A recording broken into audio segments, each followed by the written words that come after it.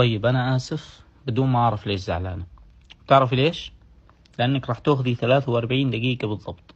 عندك 12 دقيقة رست للموضوع من منظور نسائي، وغالبا صوتك راح يعلى وأنا راح شق وجهك إذا صار هالحكي.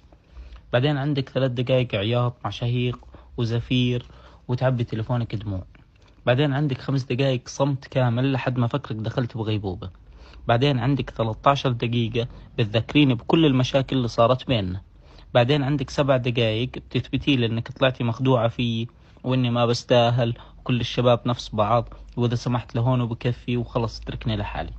بعدين عندك 3 دقايق تقنعيني انه عادي، واي اثنين بصير بينهم مشاكل، ومالنا غير بعض، واللي بغلط لازم يعتذر، والزلمة ما بيعيبه الاعتذار. فانا من هسه اسف، وخلينا نستغل هال 43 دقيقة بالنمي مع صاحباتك.